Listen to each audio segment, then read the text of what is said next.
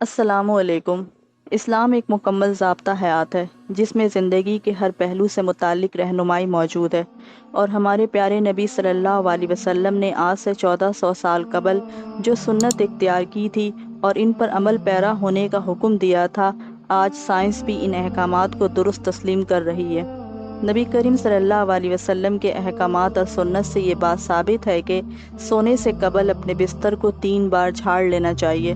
بظاہر تو ایسا نظر آتا ہے کہ اس حکم کا مقصد بستر پر کیڑے مکوڑے یا کسی اور نقصان دہ چیز سے صاف کرنا ہے، لیکن سائنسی تحقیق سے ایسی بات انکشاف ہوئی ہے جسے سن کر آپ بھی دنگ رہ جائیں گے اور بے اختیار سبحان اللہ کہہ اٹھیں گے کہ کس طرح نبی کریم صلی اللہ علیہ وسلم نے 1400 سال پہلے ہی اپنی امت کو بچاؤ کی تدابیر بتا دی۔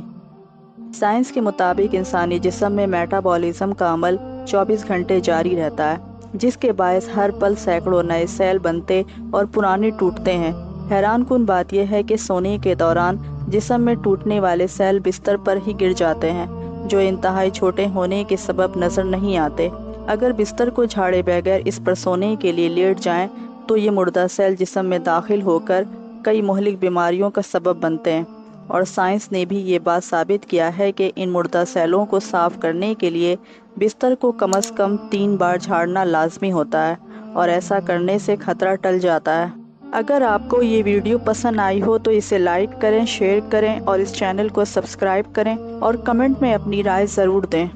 Thanks for watching.